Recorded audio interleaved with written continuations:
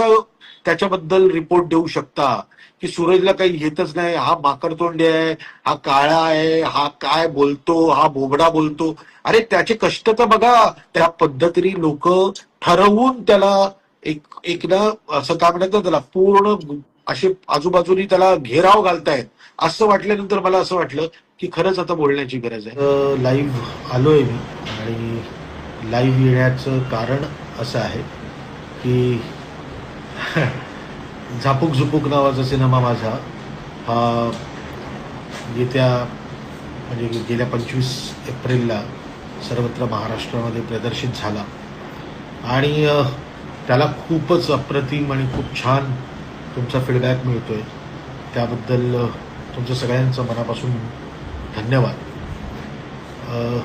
त्याबरोबरीने खूप काही आत्ता बोलायचं आहे तुमच्याशी.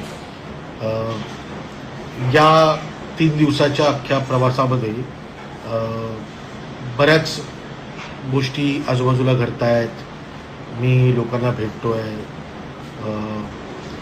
खूप अप्रतिम असा रिस्पॉन्स ज्यांनी ज्यांनी सिनेमा बघितला आहे त्यांच्याकडून मिळतोय आणि त्याबरोबरीने ज्यांनी सिनेमा बघितला नाही त्यांनी भरमसाठ ट्रोलही केले आणि ट्रोल करण्याबद्दल मला काहीच प्रॉब्लेम नाही.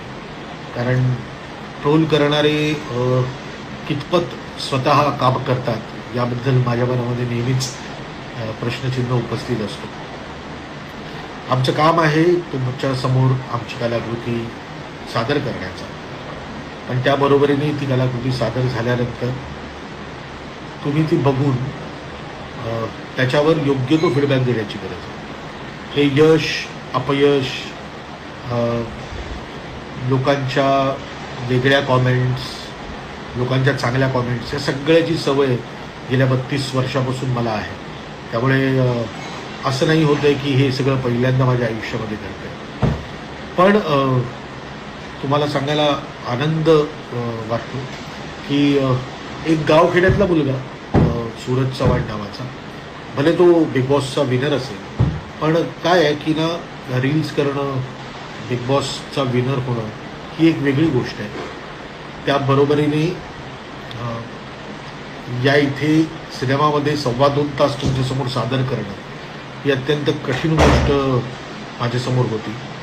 पण स्वामींची कृपा की मला या निमित्ताने एक वेगळ्या व्यक्तीबरोबर काम करण्याचं भाग्य मला मिळालं. म्हणजे सूरज चव्हाण याच्याबद्दल वेगवेगळ्या मतं लोकांची असू शकतात.